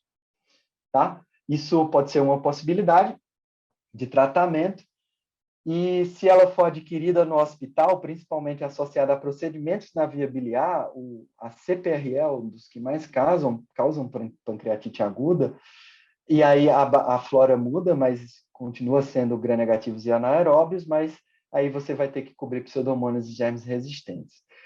E aí, nesse caso, pode ser ceftazidima ou cefepime, associada a metronidazol, ou piperacilina com tazobactam. O fato de existir o tazobactam faz com que tenha cobertura anaeróbia também, ou o meropenem, que aí o meropenem ele tem ação contra bichos anaeróbios e gram-negativos multiresistentes. Tá? São opções de tratamento. Vamos para o próximo caso. Alguém tem dúvida sobre colangite? Posso seguir em frente? Mais alguém? Tem que falar um de cada vez, senão eu não escuto. Então, vamos para frente. Então. Tá muito denso? Tá muito rápido? Vocês querem que fique mais lento? Não, Patrick, ela tá ótima. Pode seguir. Beleza. Vamos para frente. Paciente de 62 anos, com esse shape aqui, que vocês estão vendo na foto. Tem uma cirrose Child C de origem alcoólica e vem trazida ao pronto-socorro por confusão mental, associada à agitação psicomotora de início a 3 dias. O exame físico apresenta icterícia e abdômen com ascite não tensa de grande monta. Vocês veem que ele não consegue dizer nem o que ele está sentindo para a gente poder ir num foco infeccioso específico. Mas a pressão é limítrofe, a pressão de hepatopata é sempre limítrofe, tá, gente? É normal que isso aconteça. Você tem que usar outros critérios de perfusão para dizer que se o paciente está chocado ou não. Frequência de 92, temperatura boa, frequência respiratória boa. Exames laboratoriais, nada que chame a atenção, a creatinina de 1,2, né, normal, né, um sódio um pouquinho baixo. Tem uma bilirrubina um pouco alta, né, já fazendo parte desse Child C que ele tem, né? E urina 1 sem alterações, raio-x de tórax sem alterações. Então, foi feito um rastreio infeccioso inicial para esse paciente e não conseguiram achar nenhum foco infeccioso específico, ou nem não necessariamente seria infeccioso esse quadro, né? Mas não conseguiram também achar alterações laboratoriais que fossem sugestivas de um quadro de encefalopatia hepática, né? Como uma hiponatremia muito importante, uma alcalose metabólica muito importante, uma ureia muito alta, uma disfunção renal que pudesse estar associada a esse quadro de confusão mental do paciente. Terminei dando um spoiler aqui da próxima pergunta que eu vou fazer. Qual o diagnóstico sindrômico desse paciente? Ele chegou no pronto-socorro, ele tem o histórico de uma cirrose hepática, né? Então, o paciente, por definição, ele tem um shunt entre a porta e o sistema cava. Então, ele faz com que a amônia que é produzida no intestino, ela passe direto do fígado e vá para a cabeça. E em algumas situações, essa amônia está sendo mais produzida por algum motivo. Ou você diminuiu o clearance de amônia, ou você começou a produzir mais amônia, ou você criou um ambiente que a amônia, como ela está, degradação do metabolismo proteico, ela fizesse com que o nível de amônia sanguínea aumentasse, como no sangramento intestinal, por exemplo. Você viu que o HB dele não caiu, então também não tem histórico de melena, então é pouco provável que ele tenha tido uma hemorragia digestiva. Então, esse paciente, algum motivo fez com que ele tivesse mais amônia dentro da cabeça dele, dentro do cérebro dele. E o diagnóstico sindrômico desse paciente é uma encefalopatia hepática, né? Trazendo toda a história clínica dele, anterior e a que ele está apresentando agora. Mais especificamente, essa confusão mental com agitação psicomotora é uma encefalopatia hepática grau 3. As encefalopatias hepáticas, elas são divididas em 4 estágios, de 1 a 4. E qual que é o próximo exame a ser solicitado nesse contexto? Eu acredito que nem deveria ser o próximo, né? Quando você vai fazer um rastreio geral de uma encefalopatia hepática, a peritonite bacteriana espontânea, a infecção do líquido acítico, ela deve entrar como carro-chefe das possibilidades de infecção no paciente com cirrose hepática e de surgimento de encefalopatia hepática. A peritonite bacteriana espontânea é muito comum no paciente que tem cirrose hepática, porque ele tem um nível de proteína dentro do líquido acítico muito baixo, né? O gradiente albumina-soroacite é muito alto, a proteína do sangue é baixa, mas é ali 2, 2,5, né? De albumina, por exemplo, globulina um pouco mais, mas no líquido acítico a proteína é baixa, e isso faz com que você não tenha imunoglobulinas ali suficientes para opsonizar as bactérias que se translocarem, porventura, do trato gastrointestinal para o líquido acítico. Por isso que eles têm PBE. E é por isso que paciente, por exemplo, com carcinomatose peritoneal e ascite não tem PBE. Tá? E qual exame confirmaria a hipótese diagnóstica? É uma paracentese diagnóstica, e aí você pode fazer ou não o alívio desse paciente, se ele estiver incomodado com a quantidade de líquido que está dentro da barriga dele. E qual que é o critério diagnóstico da peritonite bacteriana espontânea? Alguém lembra?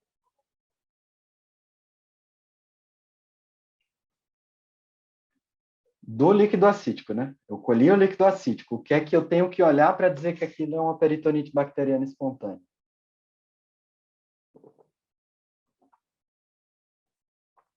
Mais alguém?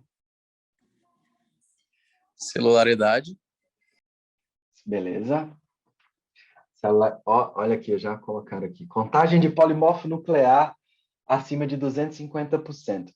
Essa resposta tá semi-certa. Por quê que está semi-certa, né? É uma contagem... É uma contagem de... não, tá certo, é isso mesmo. Só que só tem um adendo a essa contagem de polimorfo nuclear acima de 250 células por milímetro cúbico, que é o paciente ele pode ter 1.000 células no líquido, e ele pode ter mais de 250 polimorfo nuclear no líquido. Só que o predomínio pode ser linfomononuclear. Tá? E isso não é uma peritonite bacteriana espontânea. O que é que eu quero dizer? Se ele tem 1.000 células no líquido, ele tem 260 polimorfo nuclear, e ele tem 740 linfomononucleares, macrófagos e linfócitos, isso não é uma peritonite bacteriana espontânea. A peritonite bacteriana espontânea é polimorfo nuclear maior que 250 células, contanto que o predomínio seja de polimorfo nuclear na celularidade. Isso é uma pegadinha, tá, gente? Não, tá? A Bia respondeu corretamente. Polimorfo nuclear acima de 250 células por milímetro cúbico, com um adendo de que o predomínio celular deve ser polimorfo nuclear. Quais são as principais bactérias presentes nesse quadro? E. coli é a principal bactéria presente nesse quadro, e a antibiótico terapia de escolha é a cefotaxima. A gente nem tem cefotaxima muito disponível, né? Todos os estudos foram feitos com cefotaxima, mas ela é uma cefalosporina terceira geração que a gente consegue substituir por ceftriaxona e consegue tratar todo mundo tranquilo. Do contexto clínico, a PBL você tem que considerar se o paciente teve ou não o uso prévio de profilaxia antibiótica, e aí você deve escolher um grupo diferente de antibiótico que ele usou. Por exemplo, se ele usou norfloxacina durante um tempo, você não vai deixar ciprofloxacina para essa nova PBE que ele está. Tá? E aí, geralmente a gente usa norfloxacina, mas você pode usar Bactrim como profilaxia secundária também. E aí, o ceftriaxona no paciente que faz hemorragia digestiva, se o paciente não fez uso prévio de antibioterapia, eu tenho essas principais 3 escolhas, ceftaxima, ceftriaxona e ciprofloxacina. Se ele fez uso prévio, principalmente de norfloxacina, você não pode usar o ciprofloxacina.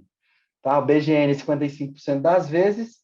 Os streptococcus, pneumococo e estáfilo, eles podem estar presentes também, são cocos gram-positivos que podem estar presentes, mas a ceftriaxona cobre todos esses ainda. Graças a Deus. Alguma dúvida sobre PBE, pessoal? Vou passar para frente, tá?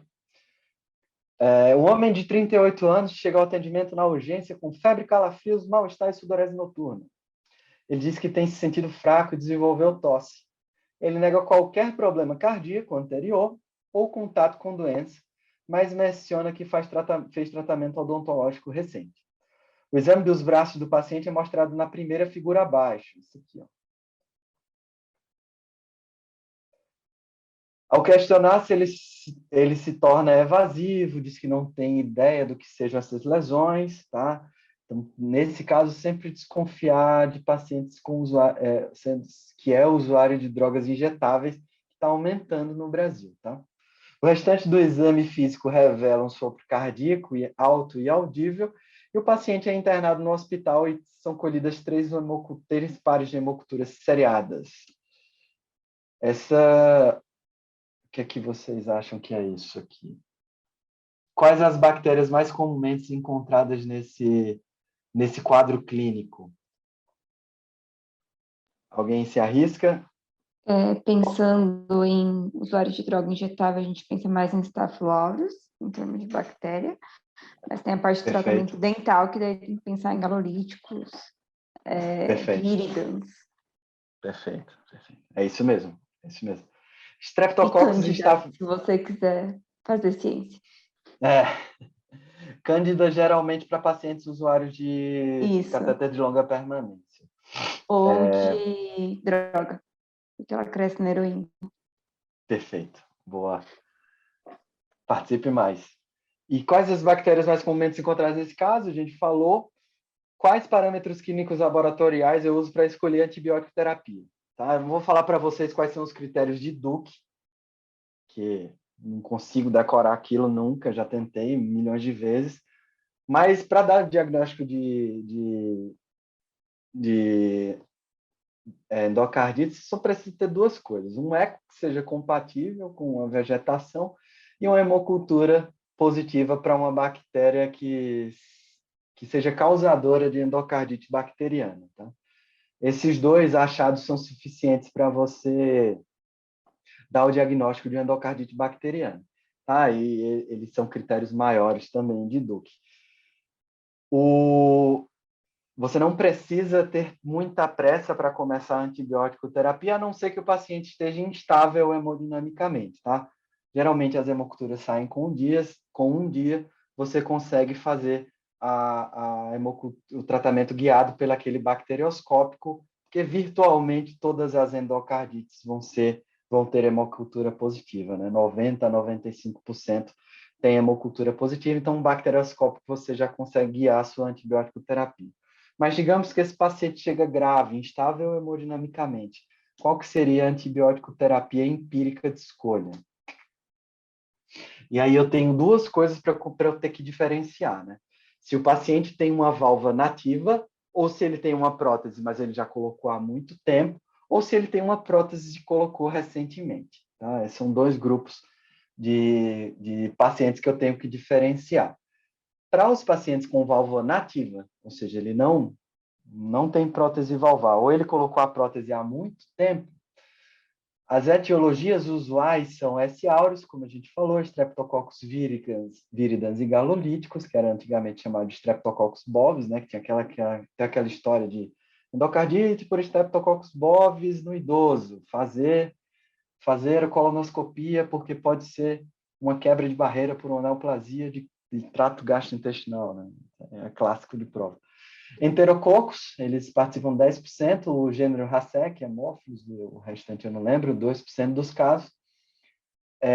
E a cultura vem negativa 10% das vezes, mas a cultura está negativa porque você fez antibiótico antes, na grande maioria das vezes. É muito raro uma hemocultura negativa no endocardite, tá? Principalmente se você seria a coleta de hemocultura. Não precisa esperar o paciente ter febre ou fazer bacteremia para colher, porque virtualmente uma endocardite ele tem bactérias, é uma bacteremia constante e perene. O tratamento empírico pode ser feito com oxacilina mais ampicilina, e aí, pelo manual do HC, ele coloca gentamicina para você associar, para você conseguir ter mais cobertura para enterococo, né? Ou oxacilina mais ceftriaxona mais gentamicina. Eu não vejo muito as pessoas fazendo gentamicina de forma empírica. Realmente é quando a gente encontra um bicho lá, a gente associa a gentamicina.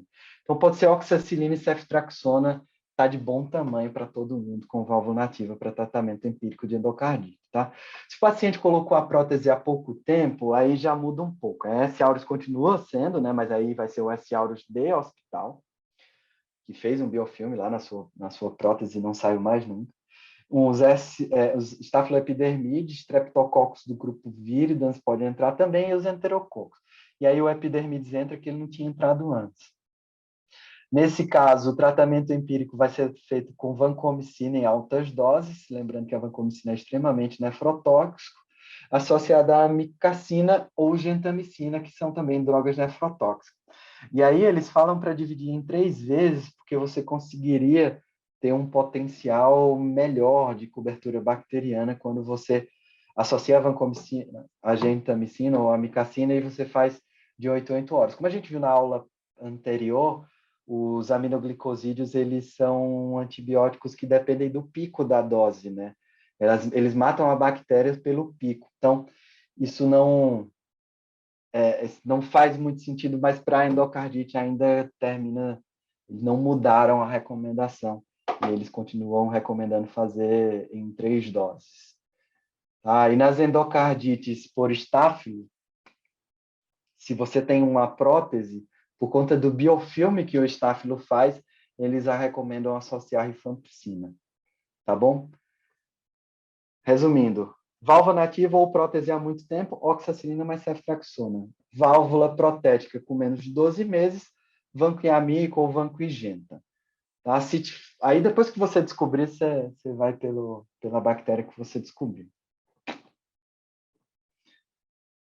E aí, uma questão sobre esse caso, o paciente começa a tomar antibióticos e o resultado da cultura do antibiograma revela um S. aureus, concentração inibitória mínima de 1 para oxacilina, que é considerado naquele antibiograma, né, que vocês verem, aí eles colocam lá S, R, I, se é sensível, se é resistente, se é intermediário, que já foi considerado sensível pelo laboratório. O paciente melhora clinicamente nos próximos 3 dias, mas apesar disso, as culturas repetidas 2 e 4 dias depois continuam positivas.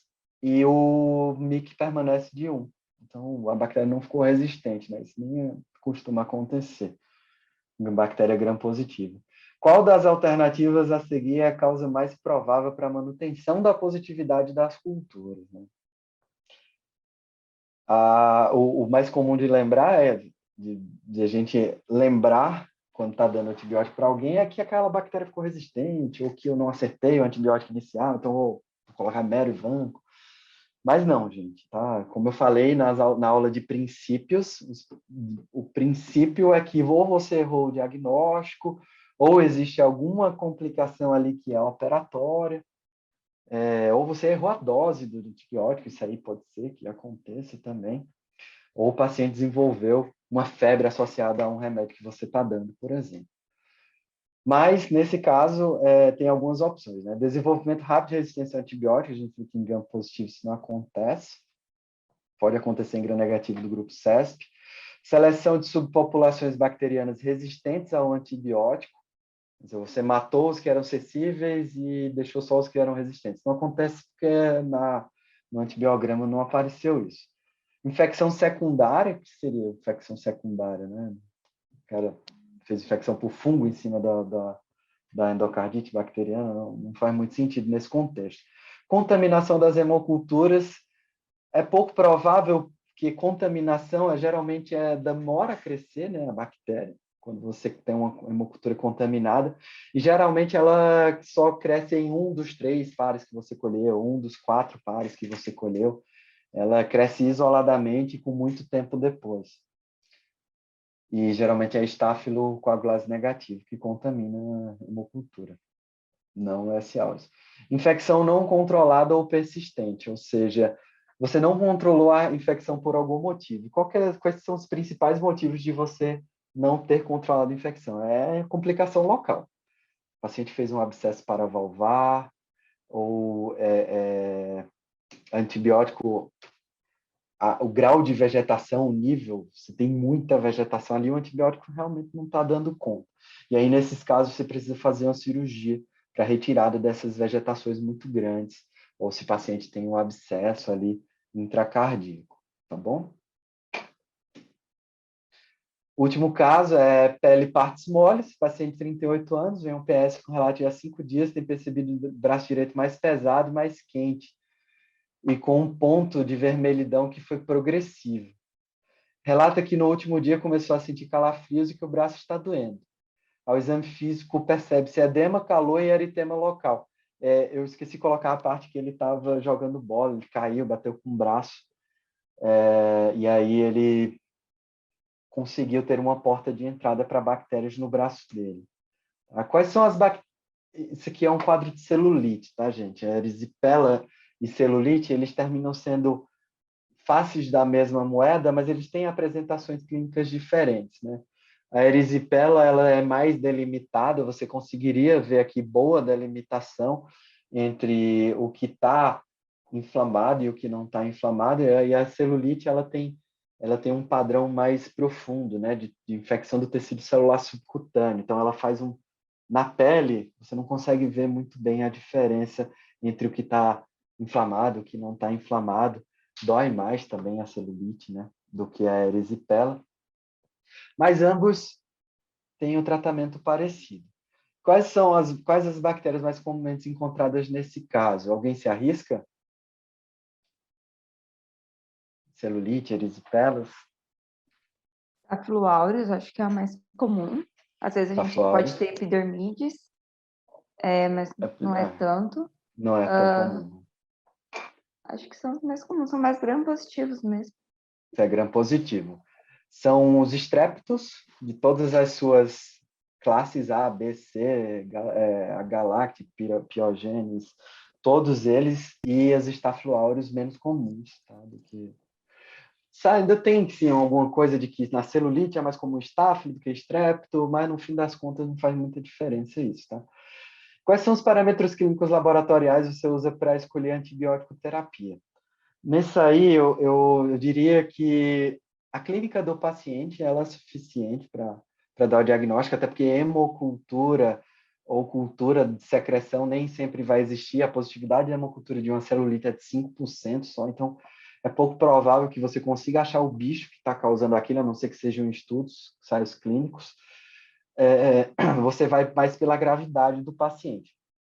Se o paciente tem sinais de toxicidade sistêmica, ou seja, um mal-estar geral, está vomitando, não consegue comer, está com febre alta, está com leucocitose, está com PCR alto, esses pacientes eles têm indicação de internação hospitalar. Ou se foi, por exemplo, uma celulite que progrediu muito rápido, ou você já deu alta e o paciente voltou com manutenção da febre, com piora do quadro clínico, aí você interna ele, aí tem os antibióticos específicos para os internados e antibióticos específicos para os não internados. Digamos que a gente decidiu internar esse paciente aqui. Qual que seria a antibiótico terapia de escolha para ele que tem uma celulite? Alguém chutaria? Alguém diria? Pode ser no chat também, para quem está com vergonha de falar.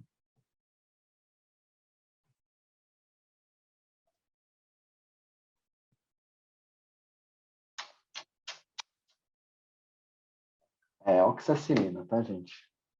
Oxacilina é o antibiótico de escolha nesse caso. E aí, alguns estudos já comparam a cefazolina com a oxacilina. A gente usa muito cefazolina para profilaxia cirúrgica, né? Então, termina nem estando disponível para a gente nas unidades de internação.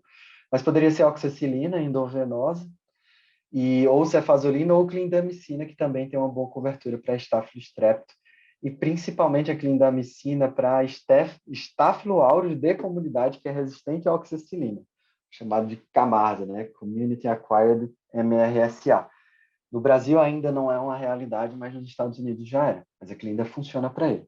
E sem indicação de internação, as bactérias são as mesmas, a antibiótico terapia de escolha é a cefalexina, tá? Mas também pode ser clindamicina e também pode ser Bactrim. Esse clindamicina e Bactrim eu guardaria para estáfilos resistentes. Mas a gente não vai saber, né? Que o estáfilo é resistente porque a gente não colhe cultura, mas quando a gente começar a descobrir que os estáfilos de comunidade são resistentes, a gente ainda vai ter essas duas boas opções para usar. Se for próximo, se essa celulite for próxima a uma úlcera de pressão, se a lesão tiver necrótica ou ulcerada ali dentro da celulite, se o paciente tiver um diabetes grave, descontrolado, em alguns lugares falando pacientes idosos também, é recomendado adicionar cobertura para gram-negativo. E aí, por exemplo, seria ceftriaxona e oxacilina, ou cipro mais oxacilina, ou cipro mais clindamicina. Eu acho que todo mundo já deve ter visto essa associação de antibiótico, mas essas são poucas indicações para esse caso, né? Em alguns lugares falam também em insuficiência venosa crônica com úlceras venosas, também você deveria fazer cobertura para gram-negativos, tá bom? Tem um caso ainda, que é o caso da complicação de todos esses antibióticos que a gente fez, que os pacientes podem voltar para a gente, e é um problema de saúde pública gigantesco e aumenta aterrorizantemente os custos hospitalares. Uma mulher de 29 anos é hospitalizada por pneumonia na comunidade, tratada por 7 dias com ceftriaxona e azitromicina. Após 3 dias de antibiótico, apresenta melhora da febre, dor torácica, e sua contagem de leucócitos cai de 15 para 6. No entanto, no 5º dia da hospitalização, ela desenvolveu um quadro agudo, não é aguado, é agudo, grave, de diarreia com 20 evacuações por dia, associada à dor abdominal em cólica, e ela tem uma temperatura de 39,2, laboratório tem uma leucocitose e uma creatinina alta, 2,3, que não era alta antes. É feito o diagnóstico de fezes, é feito um teste de fezes que estabelece o diagnóstico. É esse bicho aqui. Alguém sabe que bicho é esse? Clostridium. Boa. Bom, o teste que a gente faz, o teste que a gente tem disponível na nossa realidade para fazer é a toxina, tá? A toxina A e B do Clostridium é o componente patogênico dessa bactéria. Então, se a gente consegue achar nas fezes o componente patogênico da bactéria, contanto que o paciente tenha um quadro clínico sugestivo, está fechado o diagnóstico, né? Mas quando você vai ver por diretriz o que é que deve ser feito, você tem alguns outros caminhos para fazer. Você pode fazer o caminho de 2 passos, que é o de pedir nas fezes o PCR do Clostridium nas fezes, mais o quadro clínico sugestivo já fecha o diagnóstico. Lembrando que se não tiver quadro clínico sugestivo, esse PCR ele pode estar positivo só pela contaminação, só porque 20 a 30% dos pacientes que estão internados, eles têm Clostridium no cólon dele, nem sempre eles vão desenvolver a doença, né? Mas outra coisa que você pode fazer é pedir um exame chamado transglutaminase, e aí você pede também a toxina, né? A toxina diz que tem infecção. A transglutaminase fala que tem bactéria ali, é como se fosse um substituto do PCR, né? Se você tem a presença da bactéria, ou seja, tem a contaminação pela bactéria, mais a toxina positiva, mais o quadro clínico fechou o diagnóstico. Se um dos dois está negativo, aí você pode complementar com PCR, a investigação diagnóstica. Por que eu estou falando isso? Porque a toxina ela só vem positiva em 40% a 50% dos casos. Então, na nossa realidade, o que é que eu recomendo fazer? Se o quadro clínico for muito sugestivo, tinha uma diarreia profusa no paciente que fez uso recente de antibiótico, trata para Clostridium, tá? Mesmo que a toxina venha negativa. Qual a bactéria mais comumente encontrada nesse caso? É o Clostridoides difficile, né? Antigamente chamado de Clostridium difficile. Os parâmetros clínicos e laboratoriais para escolher antibiótico terapia, aí a gente facilita de uma forma. Eu vou até colocar aqui para vocês já, que é leucócito acima de 15.000, com creatinina acima de 1,5, o tratamento de escolha é vancomicina, tá?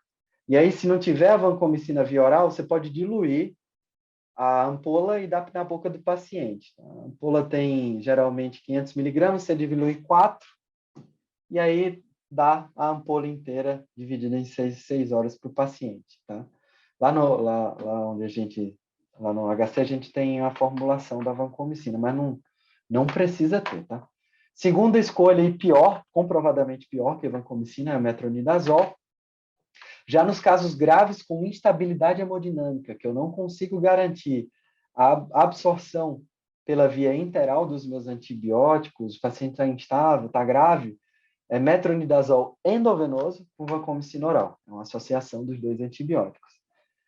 E para os pacientes que vão para casa com leucócito abaixo de 15.000 e creatinina abaixo de 1,5, né? Não teria indicação de internação por isso aqui, ele pode ir com metronidazol, mas é porque logisticamente a vancomicina é difícil de fazer em casa. Tá? O tempo de tratamento é de 10 a 14 dias para todos os casos.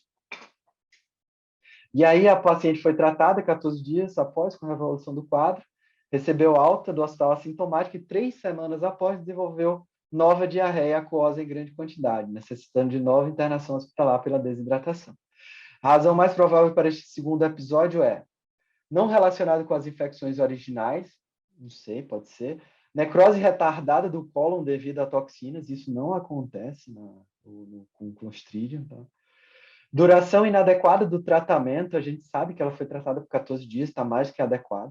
Ela foi reinfectada com patógeno, ela poderia ter sido reinfectada se ela fizesse um novo uso de antibiótico terapia nesse contexto, mas o mais provável aqui seria os esporos sobreviventes reativaram a infecção. Quando você trata a infecção por Clostridium por 14 dias, você mata as bactérias, tá? E aí você mata o Clostridium. Só que os esporos ficam lá. E aí, ao longo do tempo, a sua flora intestinal ela vai se restabelecendo com as bactérias não Clostridium. Mas se isso demorar a acontecer, se a sua flora intestinal demorar a se restabelecer, pode ser que esses esporos eles ressurjam e façam uma reinfecção bacteriana, né? Esporos viram as bactérias e façam uma reinfecção, se não der tempo. Isso acontece geralmente 2 a 6 semanas depois da alta, e o esquema de tratamento é uma vancomicina mais prolongada, tá? Tem até transplante fecal, tem muitas coisas que a gente pode fazer nessas reinfecções. Mensagem para casa eu acho que seria a aula de princípios, né? Não comecem o slide de princípios. Não comecem antibiótico às cegas, a não ser que o paciente esteja chocado ou for uma neutropenia febril. Se o paciente não melhora com antibiótico, geralmente você está errando o diagnóstico, ou ele tem uma complicação daquela infecção, e escalonamento da antibiótico terapia quase nunca vai ser a resposta para não piora, para não melhora do paciente, desculpa. Isso aí, galera. Tem alguma pergunta que vocês queiram fazer, que vocês anotaram durante a aula, ou paramos por aqui devido ao tempo prolongado de aula já? Patrick, sem perguntas, mas só um comentário. Que aula top, cara. Parabéns. Obrigado. Deu trabalho. Uma aula muito boa, velho. Demais. Eu vou mandar para vocês os slides que tem esses esquemas de antibiótico terapia empírica e vocês usam na vida aí, no dia a dia. Tá bom? Muito obrigado, Pablo. E muito obrigado, Beleza. pessoal, Valeu, por ter cara. ficado Obrigado até agora. Obrigado, Patrick. Obrigado a todos pelo tempo e gasto na aula. Estamos aqui para qualquer dúvida e vamos continuando nossa educação continuada, que está indo muito bem aí. Valeu, pessoal.